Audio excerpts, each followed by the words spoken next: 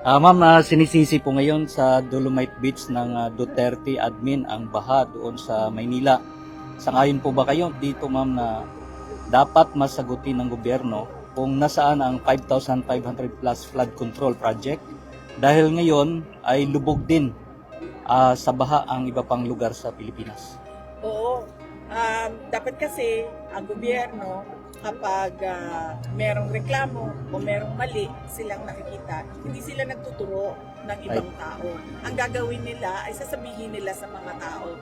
Ang gagawa namin ng paraan na hindi na babaha dyan sa lugar ninyo kapag merong malakas na ulan o merong bagyo. Ganon ang tamang governance at ganon ang tamang pagpapatakbo ng gobyerno. Hindi yung kapag merong nakitang mali ay magtuturo ng ibang rason o magtuturo ng ibang tao. Okay lang, ma'am. Yes, sir. Thank you. Ma'am, last issue. Other issue po.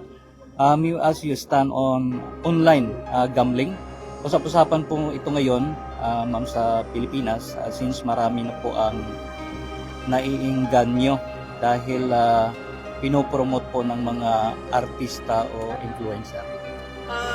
I am against online gambling. So, hindi ako sang-ayon sa lahat ng klase na pagsusugal online dahil hindi nakokontrol ng mga magulang ang access ng kanilang mga anak dyan sa internet. At napakadali, ginawang pinakamadali ang magsugal sa online para madaling makuha ang pera ng mga tao. At pag ikaw ay nalulong na dyan sa online gambling, ay nagkakaproblema na ang pamilya dahil nalulubog na sa utang yung mga kababayan natin. Kaya okay ako sa regulated na gambling na hindi lahat nakakapasok doon at hindi lahat nakakasugal. Pero kapag nilagay mo siya online na hindi na natin nakukontrol kung sino yung makapagbukas ng account para magsugal, ay hindi ako sang-ayon doon dahil nakakasira ng pamilya yon at nakakasira ng kinabukasan ng kabataan. Okay. Last, ma'am, okay lang? Yes, ma'am. Yes, ngayon, ma'am, kasi yung mga Duterte supporters at mga Pilipino ay medyo hopeless na sila ngayon sa administrasyon. Ako din. At ngayon ay umaasa po sila sa 2028 na ikaw po yung magiging presidente. Ngayon, meron po ba kayong mensahe para magkaroon sila ng pag-asa sapagkat sila po ang sama na kami, ma'am. Halos ngayon ang mga Pilipino ay umaasa po sa inyo sa 2028. Ngayon, ano po yung mensahe na sa ang bayan lalo sa mga Pilipino? Sangayon ako sa iyo, sir, nararamdaman ko talaga ay hopelessness and frustration. Dahil nagsayang tayo ng 3 taon. At nagmamadali tayo. Dahil ang Pilipinas ay nasa last 2? Na tayo? Second to the last na tayo doon sa region natin.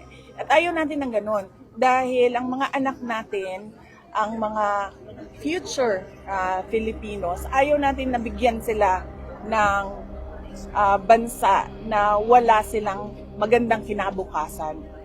Kaya nga po, nakikita ninyo ang dami-dami nating mga kababayan na umaalis sa Pilipinas dahil wala silang makitang oportunidad at walang magandang kinabukasan para sa pamilya nila doon. Ang gusto natin, ang vision natin ay isang bansa na hindi ka aalis dahil sa pangangailangan.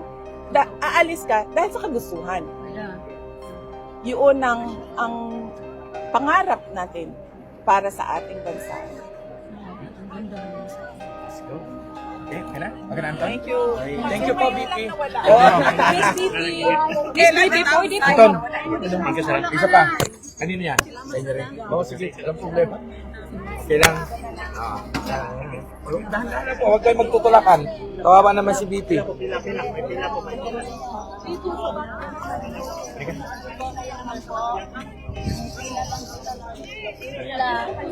Pwede magpila.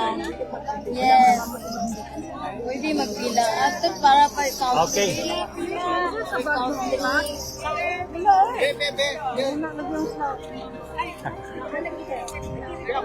Ayun po mga ka-partners, mga kababayan, buong Pilipinas, buong mundo at hanggang ngayon live pa rin tayo dito sa tapat ng ICC Court mga ka-partners.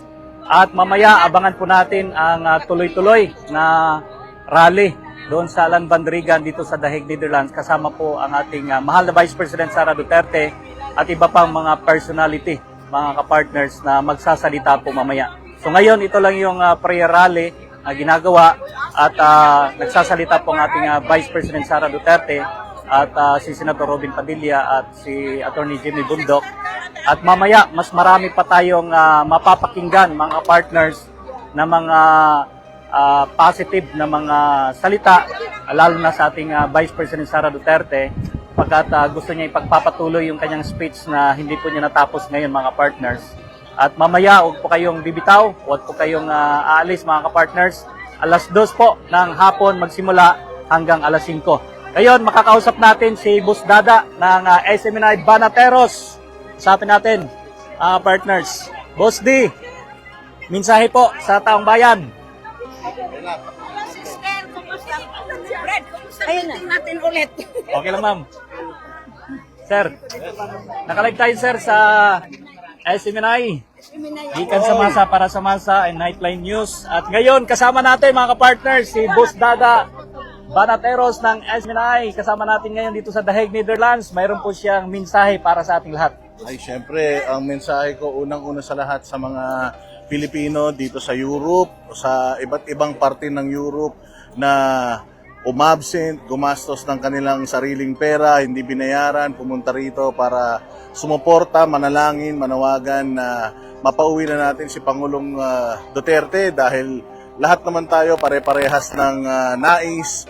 Si Pangulong Duterte ay Pilipino, siya ay pag-aari ng Pilipinas, kaya kailangan siya po ay mapauwi natin sa Pilipinas. Maraming salamat sa mga Filipino community, sa buong Europe, sa inyong suporta. Kami pong mga taga Pilipinas ay lumalakas po ang aming loob dahil syempre hindi naman po lahat ng mga Pilipino pwede magpunta rito para sumuporta, pero nire-represent nyo po yung buong Pilipinas, kayong mga nandito sa Europe. Kaya maraming salamat sa inyo. Hindi rin po kami mapapagod, kaming mga banateros na ipanalangin at syempre batikusin lahat ng mga mali sa gobyerno. Maraming salamat, mabuhay kayong lahat.